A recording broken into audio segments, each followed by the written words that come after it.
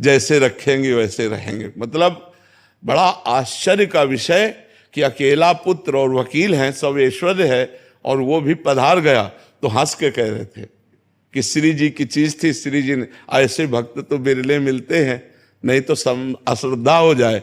लेकिन सच्ची बात यही है कि हाँ, हम अपने प्रारब्ध भोग को उचित रूप से समझें कि जिसकी आयु जितनी है उतने जी पाएगा। जिसको जो भोग भोगना उसको भोगना ही पड़ेगा। इसीलिए गलत काम मत करो, नहीं आगे भोगना पड़ेगा। पीछे किया तो आज भोग रहे हो, आज करेंगे तो आगे भोगना ही पड़ेगा। कर्म बहुत बलवान है, अगर उसे कोई नष्ट कर सकता है तो भगवान, सिर्फ भगवान नष्ट कर सकते हैं। तो भगवान की शरण में हो जाओ, भगवान का नाम जप करो, वही बचाएंगे, वही संभालेंगे।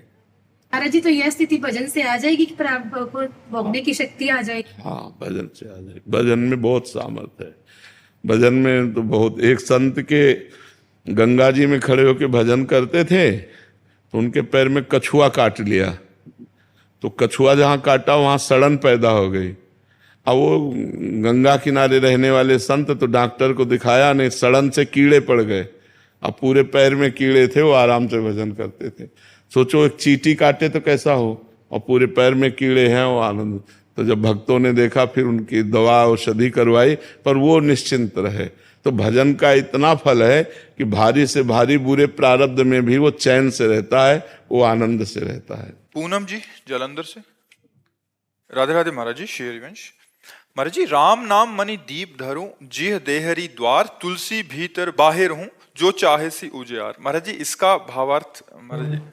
अगर हमारी जिह्वा पे निरंतर भगवान का नाम रूपी तेजस्वी मणि विराजमान है तो बाहर लौकिक सुख और अंदर आध्यात्मिक सुख दोनों की प्राप्ति होगी।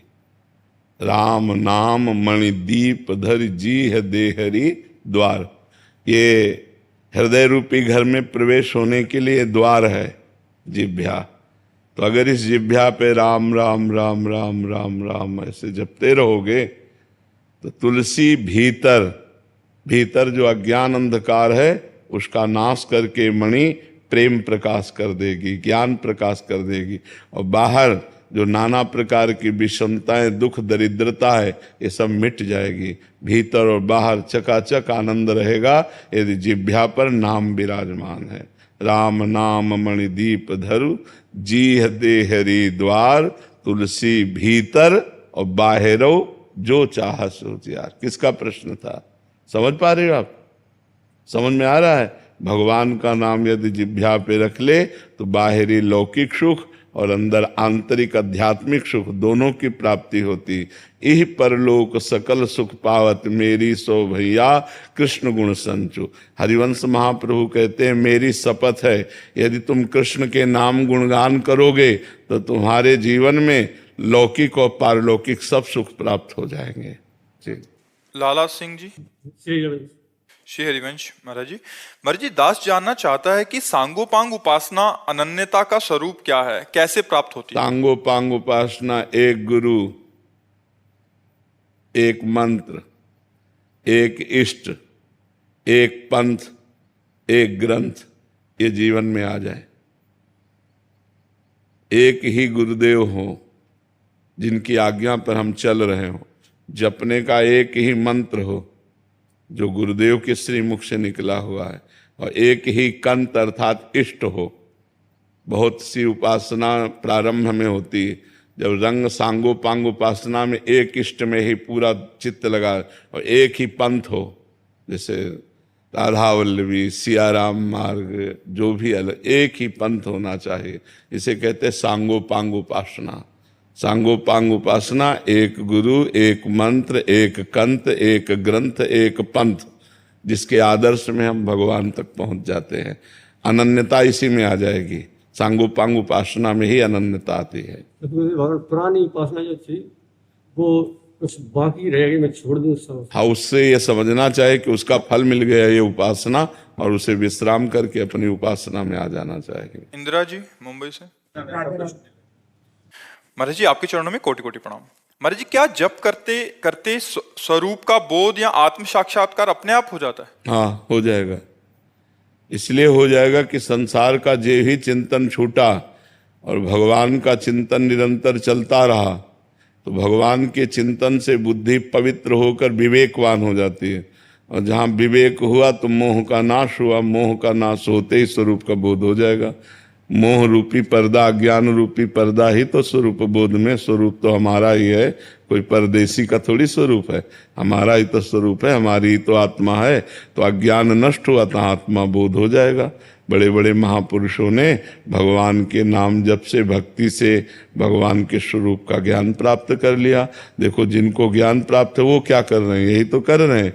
सनक सनंदन सनातन सनत कुमार हर समय हरिशरणम हरिशरणम हरिशरणम, देवर्षि नारद जी नारायण नारायण नारायण, बड़े बड़े भक्त भगवान का नाम ही तो जप कर रहे हैं। अगर नाम जप जीवन में है तो स्वरूप बोध भी हो जाएगा, अगर आप चाहते हैं तो भगवान से प्रेम भी हो जाएगा, जो चाहे वो प्राप्त हो जाएगा। खूब नाम जप करे, संसार का चिंतन ही बाधा है और भगवान का चिंतन ही साधना है।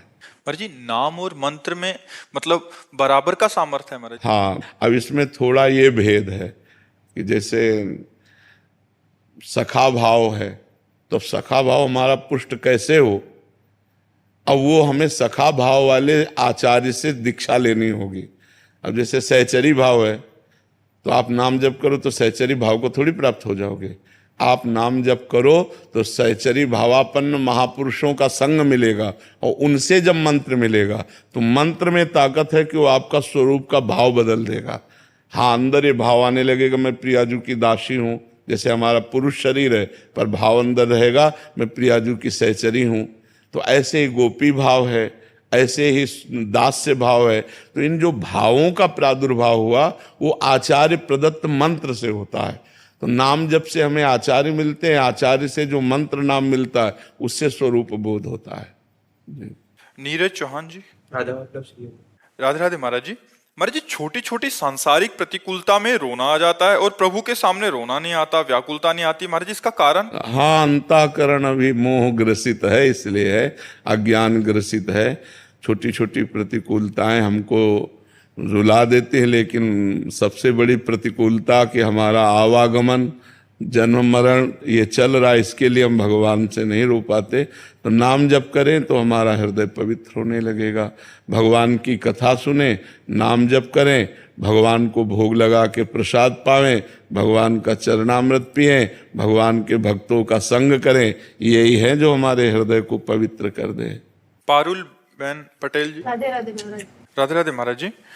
महाराज जी ऐसा कौन से पुण्य कर्म करें जिससे राधा रानी के चरण शरण की प्राप्ति हो जाए? राधा नाम जप करो, इससे बड़ा कोई पुण्य नहीं है।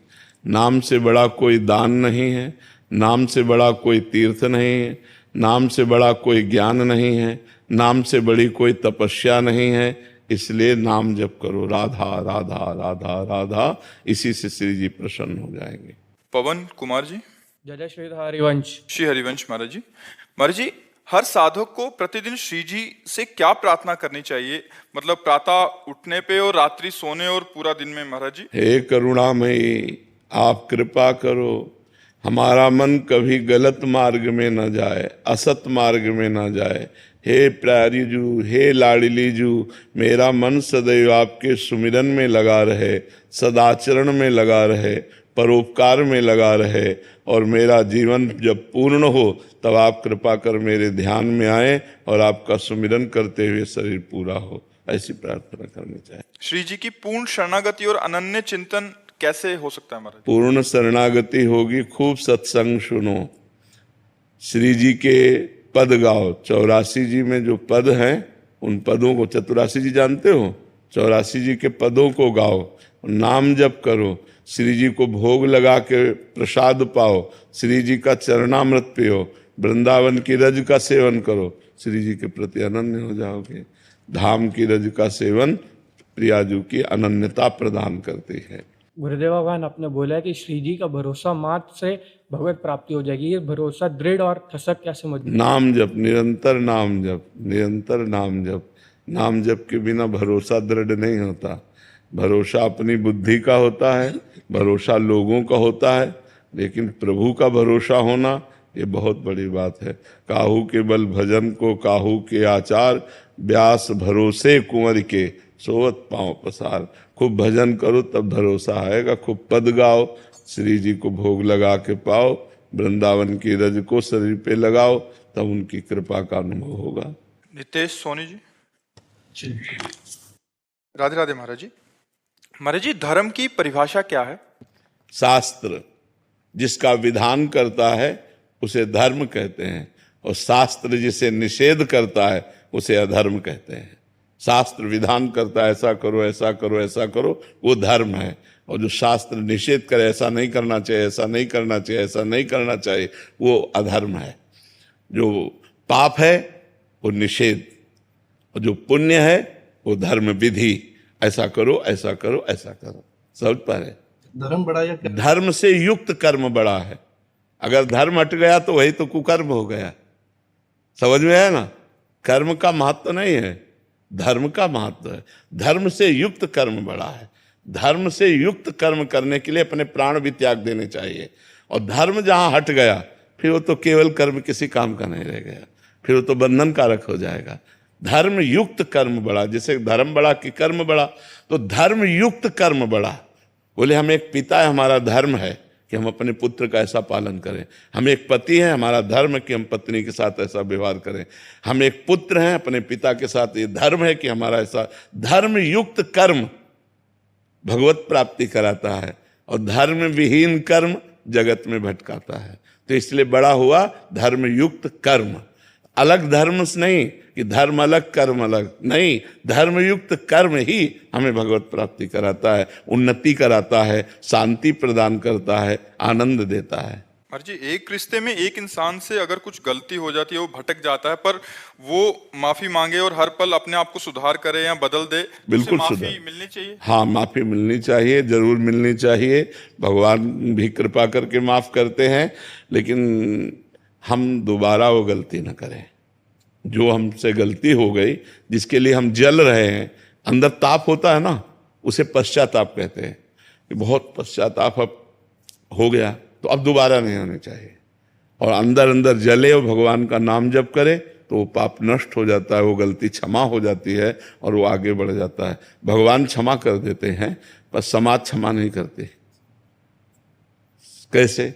जैसे जीवन भर एक साधक तपस्या कर रहा है, जीवन में कभी कोई गलती नहीं की, और एक गलती हो गई तो उसे लोग पूरे जीवन की तपस्या को नहीं देखेंगे, उसे ये कहेंगे ये चोर है, ये बेविचारी है, ये गंदा है। बस वो एक गलती समाज क्षमा नहीं करेगी। भगवान क्षमा कर सकते हैं, लेकिन समाज क्षमा नहीं करेगी। कोई बात 99 बार हाँ कर दो और एक बार मना कर दो तो मना ही देखा जाए। हाँ, वही बात। हाँ, जैसे हमको दया करनी चाहिए कि जैसे पूरे जीवन भर वो साधना में लगा रहा, अब एक बार गलती हो गई, तो अपने तो हजारों बार गलती करते हैं, उससे एक बार गलती हो गई क्षमा कर देना चाहिए, लेकिन समाज उसे क्षमा नहीं करते।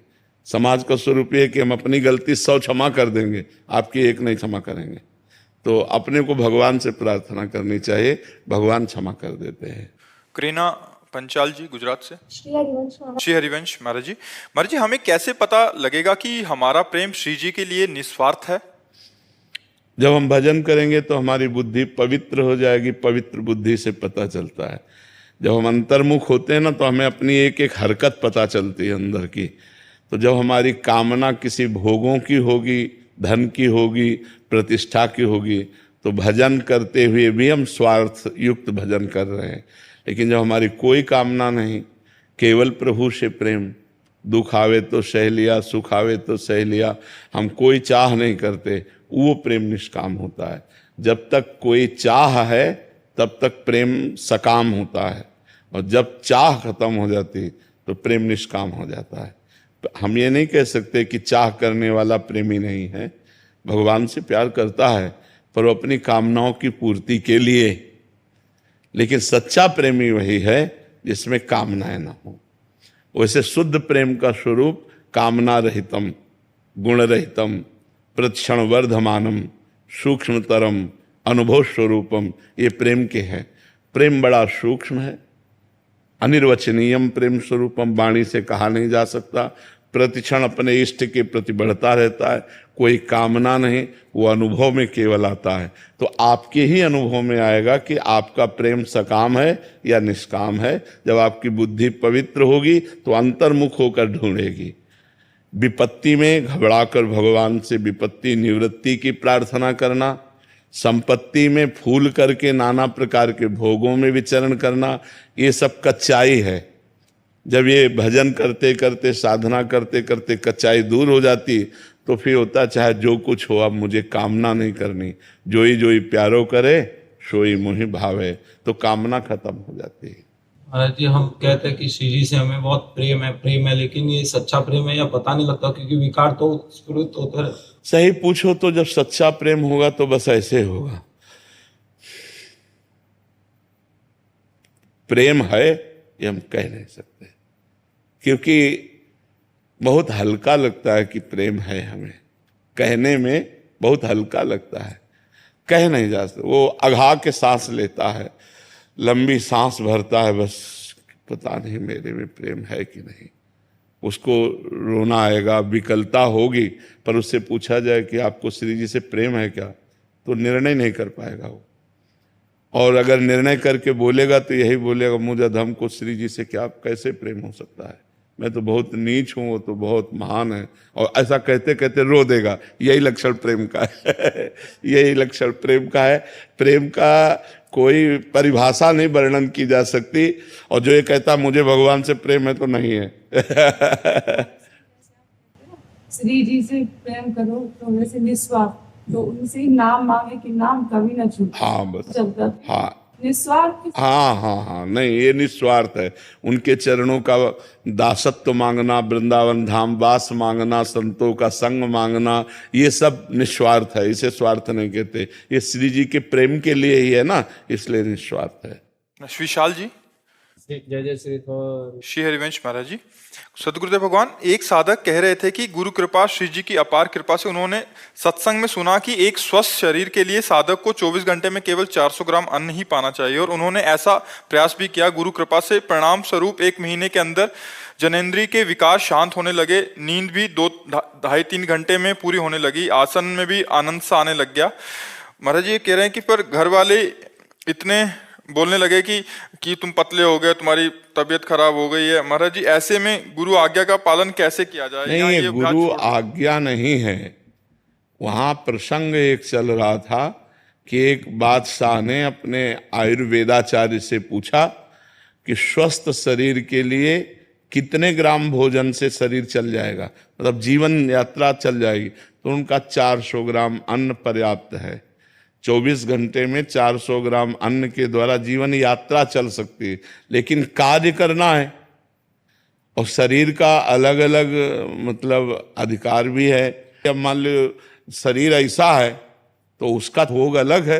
अब शरीर की गठन बैठन और उसकी अब वो दबा के जब 1 किलो 1.5 किलो पाएगा तो उसको समझ में आएगा कुछ गया है, चाहे नहीं तो 400 ग्राम में क्या समझ में आएगा कि क्या गया। तो थोड़ा ये भी समझना है। अच्छा, अब दिन भर फावड़ा चलाना है, अब कह दो 400 ग्राम। अब साधु महात्मा अपना पद्मासन लगाए बैठे हैं, 400 ग्राम में चल जाएगा, लेकिन किसान का थोड़ी चलेगा, व्यापारी का थोड़ी चलेगा, मेहनत करने वाले का 400 ग्राम में थोड़ी चलेगा। उसको तो बलपूर्वक भोजन करके मेहनत करनी है ना। तो ये भी ध्यान रखना चाहिए कि जितने से अपना शरीर चले।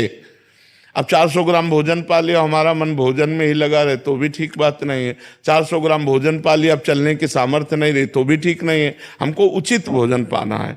हमको जब देखना है कि हमारे शरीर की मांग क्या है। अब जैसे कभी कभी कमजोरी महसूस हो रही तो फल ले लो, घी ले लो, दूध ले लो। आवश्यकता नहीं लग रही तो रोटी दाल पा लो। अब जरूरी नहीं कि 400 ग्राम, भूख लगी 800 ग्राम पा लो, शाम के मत पाओ। ऐसे चला जाता। अब एकदम के जो गुरु आज्ञा का पालन, तो गुरु आज्ञा ऐसा नहीं हुई कि 400 ग्राम पाओ, नहीं। हम वो एक प्रसंग था, बस यही तो समझना है कि एक प्रसंग को गुरु आज्ञा नहीं मान लेने। एक प्रसंग है। अब प्रसंग में तो कैसे कैसे त्यागी महात्मा होते हैं, तो अब उनकी बातें हम स्वीकार करें तो हमें लगता है ठीक है, जहां तक आपसे बने तहां तक पाओ, लेकिन अपने परिवार के संतुष्टता के लिए और अपने शरीर की क्रियात्मक शक्ति के लिए थोड़ा भोजन बढ़ा दो, और परिवार भी प्रसन्न रहेगा और भजन भी चलेगा। ऐसे चलो। उसे बहुत अच्छा बढ़िया संयम है, पर गृहस्थी के लिए थोड़ा मुश्किल पड़ेगा। बाबा जी के लिए तो चल जाएगा, कोई काम नहीं, माला चलाते रहो। गृहस्थी के लिए बहुत से काम, अब वो 400 ग्राम अन्न में कैसे चलाएगा? उसको तो जरूरत पड़ेगी तो आधा लीटर तो दूध ही पीना पड़ेगा, उसको जरूरत पड़ेगी तो अच्छे अच्छे पदार्थ पान शरीर को। देखो गाड़ी में भी डीजल डालने के बाद एक और कुछ डाला जाता है, तो डीजल है, भोजन, मोबाइल है, घी डालना पड़ेगा भैया। इसमें विटामिन डालनी पड़ेगी, जो विटामिन जरूरत है, नहीं हो तो डॉक्टर से डलवानी पड़ेगी। वो इंजेक्शन में डालेगा, टेबलेट में डाल, इससे अच्छा खा पी करके पुष्ट रहो, दवाइयों के चक्कर में काहे को पड़ोगे। अभी आप पानी पे जीने लगो, आप ऐसे सादा, तो शरीर को जो जरूरत है, शरीर को जो हमें विटामिनों की जरूरत है, वो अगर विटामिन नहीं जाएगी तो शरीर नहीं चल पाएगा। इसलिए हम संत महात्माओं की होड़ न करें, हम अपने गृहस्थ धर्म के अनुसार चलें, अच्छा पवित्र भोजन पावें और खूब मेहनत करके कमावें, माता पिता को सुख पहुंचावें। सपना जी। राधे राधे। राधे राधे महाराज जी। महाराज जी, क्या बिना गुरु दीक्षा के भक्ति की प्राप्ति की जा सकती है? एक सीमा तक है, फिर इसके बाद गाइड की जरूरत होती है। बिना गाइड के कोई मार्ग नहीं चला जा सकता। एक इंजीनियर थे, पढ़े लिखे, जनरेटर के, बहुत ग्रेजुएट, तो उनको नौकरी नहीं मिली, तो एक बहुत जनरेटर का बड़ा दुकान था, उसमें गए और अपनी सर्टिफिकेट दिखाई और कहा मुझे जनरेटर का पूरा ज्ञान है, यदि आप मुझे नौकरी दे सकते हो तो दे दीजिए। उन्होंने देखा उसकी बहुत ग्रेजुएट डिग्री थी, तो उन्होंने कहा ठीक है, एक जनरेटर हम खोलते हैं, तो आप खोल के बांध के चला दो तो हम आपको अमुक धनराशि देंगे। जनरेटर खोल दिया उसके सामने और बंधवाया, तो पढ़ा लिखा आदमी था, पूरा जनरेटर फिट बांध दिया। अब वो चलाए चले ना, फिर खोला, फिर बांधा, शाम तक लगा रहा लेकिन नहीं चला। तो उसने कहा बताएं, आप पढ़े हो लेकिन आप कढ़े नहीं हो, आप किसी जनरेटर चलाने वाले के नीचे नहीं रहे हो।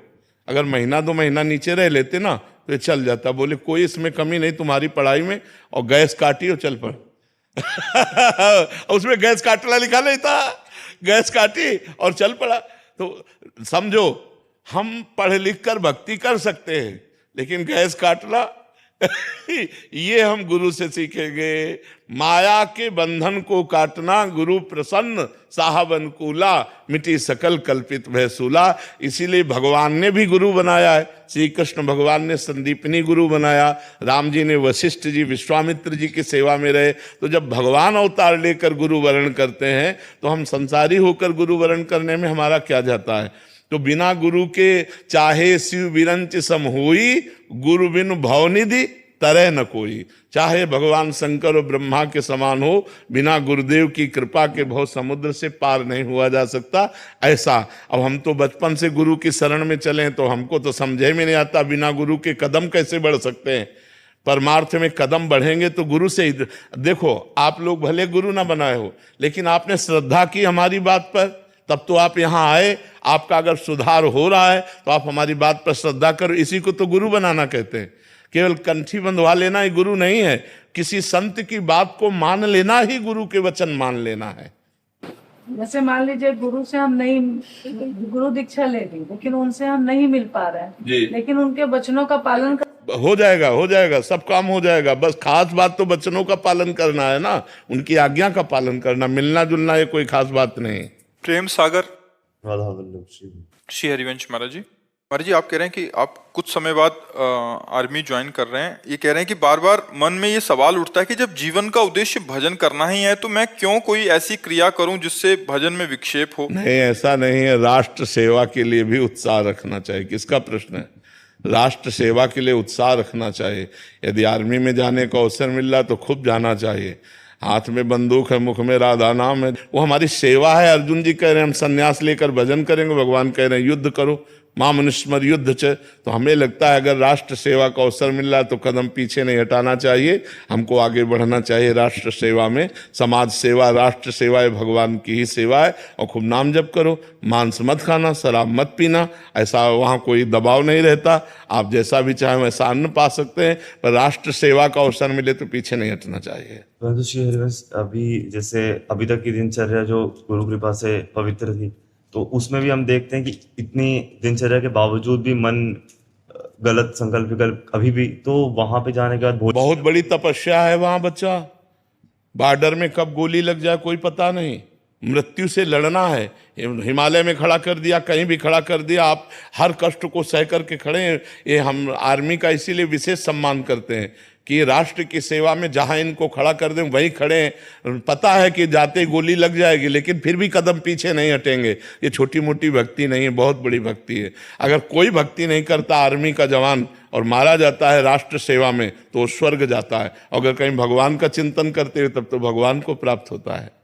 प्रभु जी, और भाव लाडली जी के प्रति और बढ़ता जाएगा। कितने ऐसे आर्मी के जवान हैं जिनकी आंखों में आंसू होते हैं और राधा राधा हाथ में काउंटर होता है, राधा राधा राधा। भगवान की भक्ति और राष्ट्र भक्ति दोनों लेकर के चलिए साथ और विजय को प्राप्त हुई जी। मगर हम भी कहीं बुरे कृत्य में यदि लिप्त हैं तो उसके लिए क्या अगली बार वृंदावन से बाहर या अगली बार है यहाँ?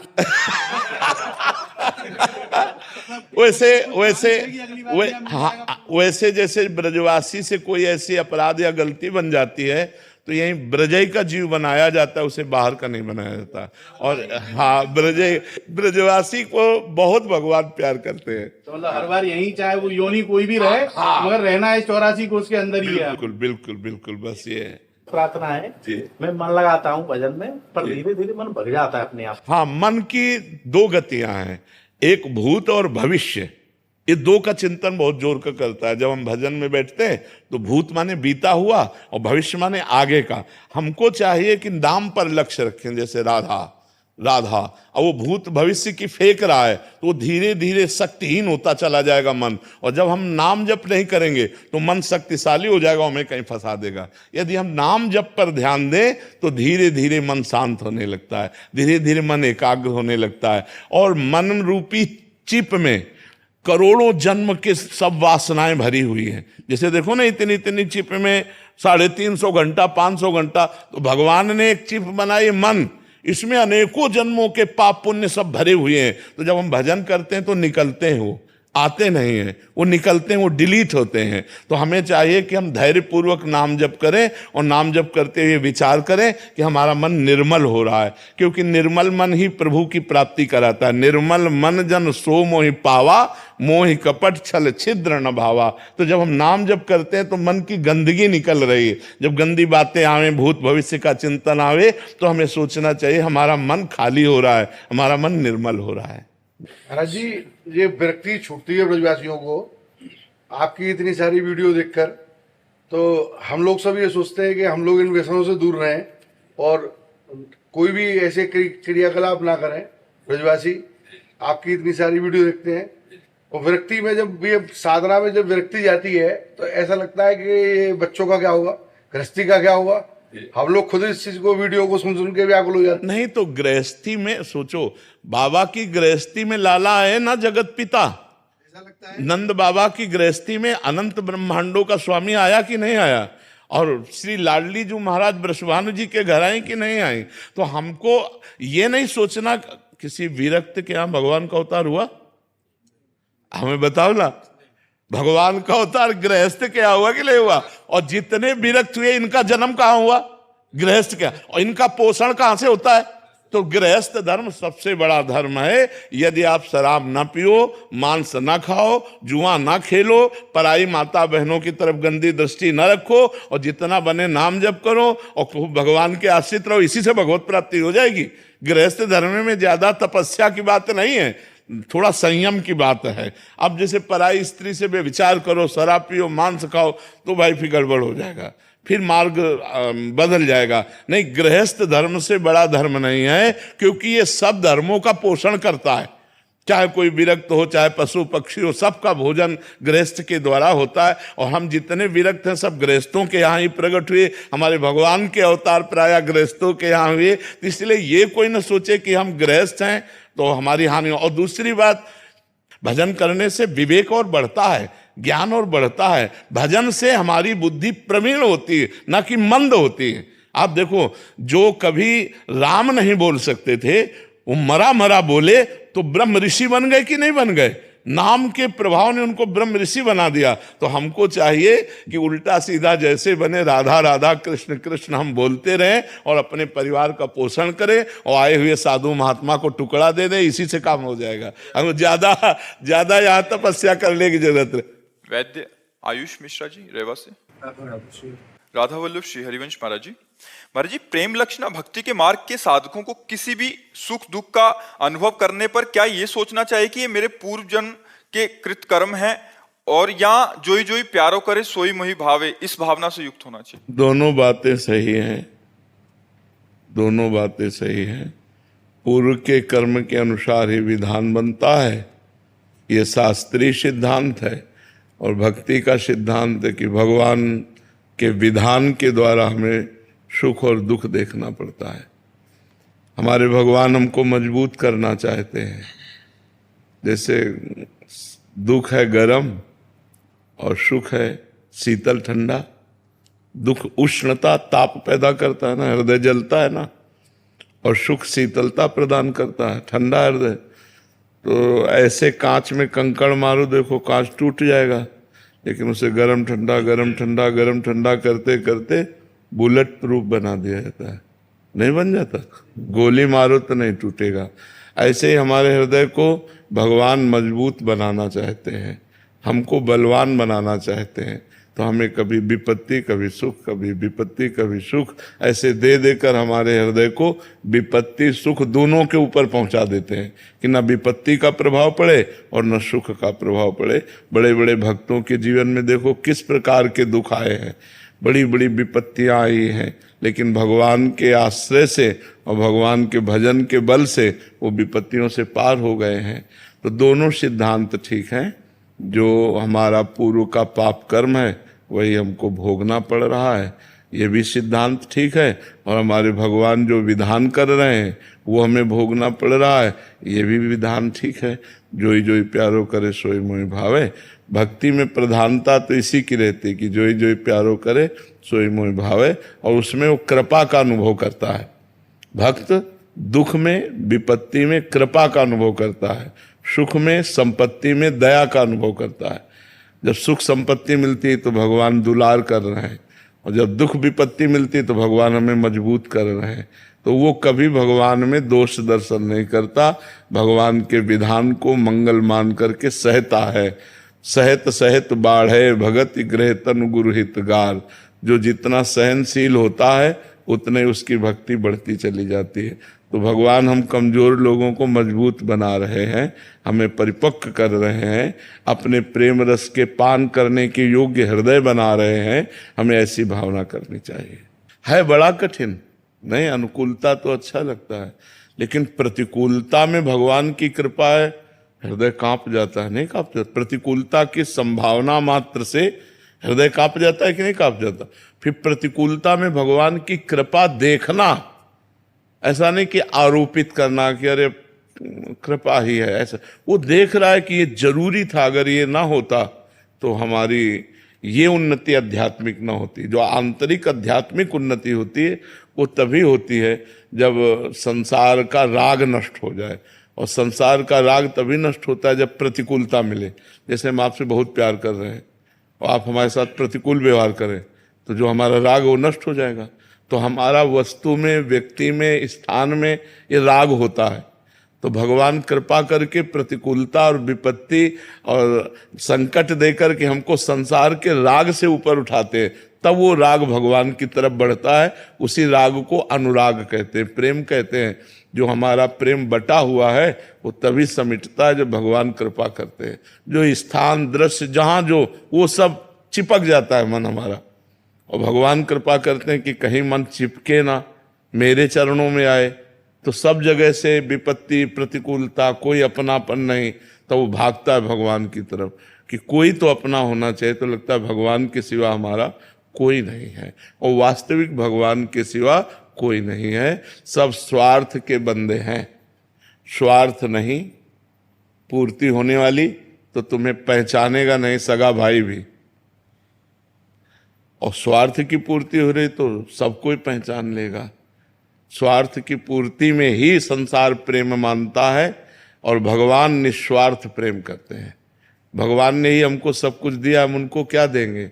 हमें जीवन, धन, खान पान जो भी भगवान ने ही तो दिया है, हम उनको क्या दे सकते हैं? तो भगवान अहेतुकी कृपालु हैं, अहेतुकी कृपा करते हैं। पर कभी कभी कृपा का इतना भयानक रूप होता है कि सह पाना बहुत कठिन होता है। वो भगवान ही सहा दे, नहीं इतना भयानक रूप कृपा का आता है कि लगता है अब तो नष्ट हो गया, अब तो मर गए, अब तो क्या। पर वास्तविक वो कृपा होती है, पर भयानक रूप में कृपा आती है। जैसे मानो प्रहलाद जी के ऊपर कृपा है, अब कितना कष्ट दिया हिरण्यकश्यप ने, तो अगर कष्ट न दिया होता तो भगवान की महिमा कैसे प्रकाशित होती, प्रहलाद जी का भक्तराज पद कैसे होता। पर वो सब कृपा है, पर इतनी भयानक कृपा थी कि जिसको सुन पाना कठिन लगता है, सह पाना तो बहुत कठिन।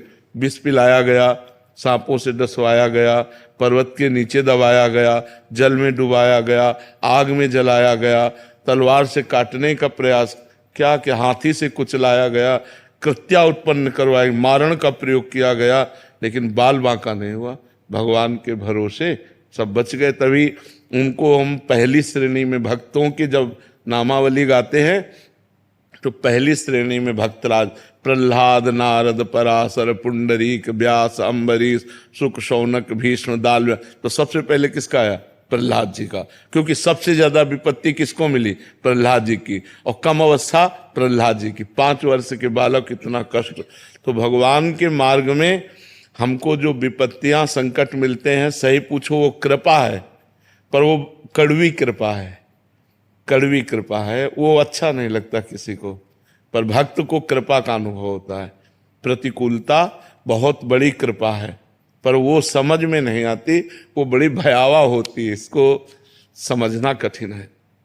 बस खूब नाम जप करते रहो और भगवान से ये प्रार्थना करते रहो कि दीजिए प्रतिकूलता, पर हमको बल दीजिए कि हम सह जाएं, हमको इतना ज्ञान दीजिए कि आपके द्वारा दी हुई प्रतिकूलता में हम कृपा का अनुभव करें।